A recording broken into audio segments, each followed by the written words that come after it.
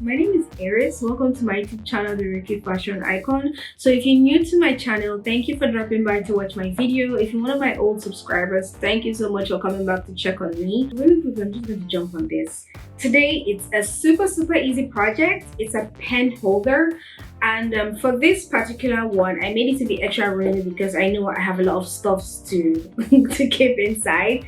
And the type of leather here, it's actually alligator pattern embossed on cowhide. Okay, I actually picked a type of leather that's actually kind of stiff, so if you want to try this, you should probably think about that before you start. You need something that'll be able to stand on its own, something that is really stiff and strong enough to carry all this load.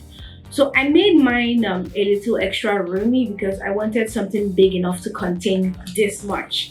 But if you're just going to make something for just a few pens and some pencils, you could always downsize the thing a bit so it works for you. So you could just stick around to watch the tutorial. It's really short, it's really easy, it's straightforward. And thank you so much for watching my video.